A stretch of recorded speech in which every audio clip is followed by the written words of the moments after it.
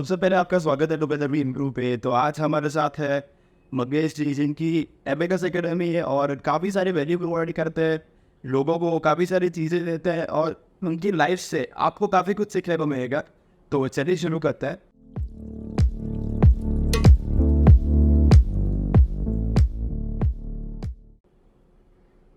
तो विवाद कुछ जी मुझे इनवाइट करने के लिए इस शो पे बहुत खुशी हुई आप लोगों को मिल के, और आप इतना बढ़िया काम कर रहे हो जिससे आने वाली पीढ़ी को भी काफ़ी फ़ायदा हो सकता है। उनको काफ़ी अनुभव, वो काफ़ी चीज़ों का अनुभव कर सकते हैं और अपनी ज़िंदगी में आगे बढ़ सकते हैं। सबसे पहले आप अपने बारे में बताइए, आप क्या करते हैं, आप क्या प्रोवाइड करते हैं रेडियो में। मेरा नाम मंगेश परेलकर है और पिछले 45 सालों से मैं अहमदाबाद में स्थित हूँ। एजुकेशनल बैकग्राउंड में I have done my bachelors in data technology, then I have done my MBA with marketing, and I'm a gold medalist in law. So that's my education background. After my MBA, मैंने industry में काम किया है तकरीबन 10 साल तक, और 10 साल काम करने के बाद मुझे ये महसूस हुआ कि I needed to do something on my own. तब जाके I started thinking about what could be a good place to begin, or what could be a good opportunity to begin something on my own. And that's where the thought of this academy came into my mind. The genesis of Abacus the Academy can be related to the fact that I wanted to do something on my own. I wanted something where intellectual capital could be used.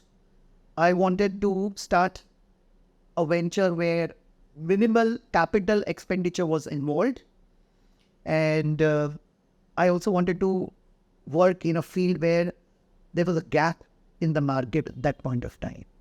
And that's why children's education was the most obvious answer that came to me. Now, in children's education, there were a lot of institutes and tuition classes that offered tuition, but मुझे कुछ हटके करना था.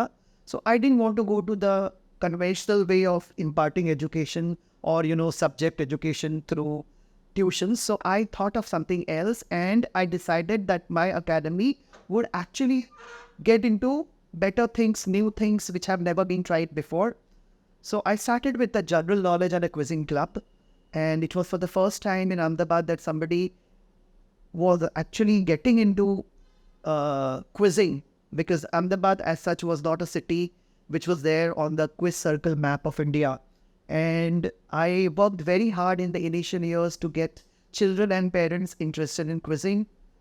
I got a lot of support from the Ahmedabad residents. For example, the Crossword bookstore helped me a lot. A lot of schools in Ahmedabad were forthcoming, and I was able to set up quiz clubs in schools like Tulip and Anand Niketan Satellite, Zydus School, amongst other schools. So these schools where I became a consultant for quizzing started rolling off very well, and the results were soon seen, and Ahmedabad children started coming on television, reaching semi-finals and finals of national competitions live on television. And the icing of the cake was when in 2005 the students of St. Kabir Ahmedabad won the All Asia Bonvita finals and came the team being trained by me. So this is what, apart from quizzing, we've taken a lot of other things. We take children very young, as young as 3.5, and I look at storytelling as a very important tool for children to enjoy the process of learning. So we have a workshop for storytelling, vocabulary enrichment. We have a reading club, we have a creative writing club, and a lot of stuff. And that's how the academy is able to cater to a wide range of students. आप ये जो academy run करते हो, तो ये academy में आप क्या वैल्यू प्रोवाइड करते हो जो बच्चे आते हैं उनको, और ये एकेडमी क्यों दूसरे ट्यूशन क्लासेस से या दूसरे लोग भी एकेडमी रन करते हैं उससे क्यों ये चीज़ अलग है? See, since the last 2 decades, 20 years, I've been running this academy, and I've always believed that give the children of Ahmedabad something new, something different, which others are not offering. Unless you are different, people won't come to you. Yeah. Everybody has money to spend on kids because kids are their biggest assets and they want their kids to grow in life, become successful. And for that, every parent is willing to invest a lot of fund or a lot of money for the initial education of the child. Schooling as such gives them a particular type of education. But what beyond school? School के purview के बाहर और क्या बच्चों को मिल सकता है tuition class के अलावा? So that's where I got into it. When I say my youngest child comes to me at the age of 3 or 3.5, he's barely in a position to speak. But we give them confidence. Yeah, we give them words. We give them new words, new vocabulary. We tell them stories which are used through multiple, in multiple ways. We tell them stories by props, by puppets. We use finger puppets. We use glove puppets. We use stick puppets. We use shadow puppetry. We use tangrams to tell stories. Yeah, we do role plays and do stories for these little kids. And in a while, in a couple of years, these children become conversant in English. They're able to communicate in English. They're even able to make small PowerPoint presentations in English. Imagine just a 5-year-old presenting on a topic with the help of a PowerPoint. That's what we do. So it's not just English or language. It is language coupled with technology at such a young age. Today, a gadget has become very common. Everybody uses a gadget. You see when you're on the flight or you're on the train, you see that the child sitting next to you is using an iPad or a tablet. So using a tablet or an iPad is not a tough thing for a child. Probably the younger generation is far more, efficient in using gadgets than the current crop of generation, your current crop of youngsters. So these children know technology. They don't fear technology. They are not afraid of technology. And that's why telling them how to harness or use the technology is a very easy task. And when it is coupled with the learning that they get in the language, we're talking about with respect to the usage of language or communication skills. So this particular fine amalgamation gives or yields wonderful results. So that is what we do at very young age. We also want the children to get interested in reading as a lifetime hobby. Most people are not very keen on reading because I think the quick age of instant everything around, makes children get into watching television or watching movies rather than reading. So if there's a Harry Potter movie available, a child would prefer to watch it rather than read the entire Harry Potter novel that goes into 450 or 500 pages. So when there's an easy route out, why would a child want to go through the hard, difficult, tough?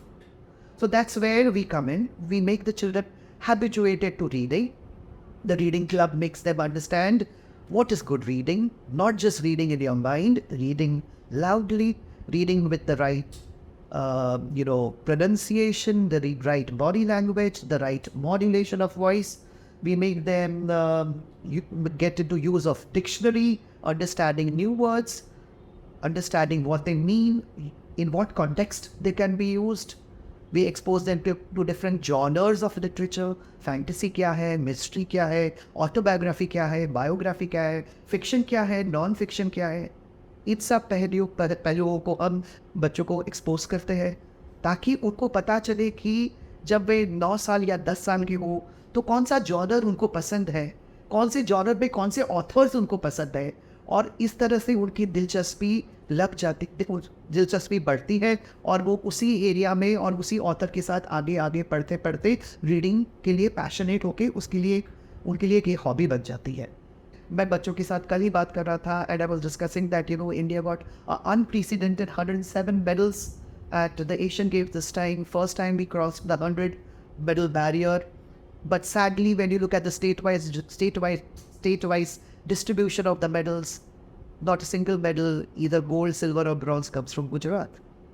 Yeah, so we make children understand why are the results not being seen? Why is Gujarat not in a position to earn a medal? at Asian Games where every other state, except for one or two, have been able to contribute to the medal tally. So these are the questions that come to me and I put them to the kids, which will motivate them to excel, not just in studies or what they do at my academy, but even in an unrelated field like sports, and question themselves, what makes my state not earn medals? Maybe I can try and I can get it for my state. So this is a long-term vision that we are putting into your kids. And we expose them to creative writing. Now, creative writing is that part which cannot be taught in the classroom, but we try to teach them through different methods. For example, Tony Buzan's mind maps. Yeah, so these mind maps are maps which you have to create on a page on a given topic, and the children start working on them and build up a whole web or a mind map, and then from the map they're able to use those things that they've put on paper into their creative writing stuff.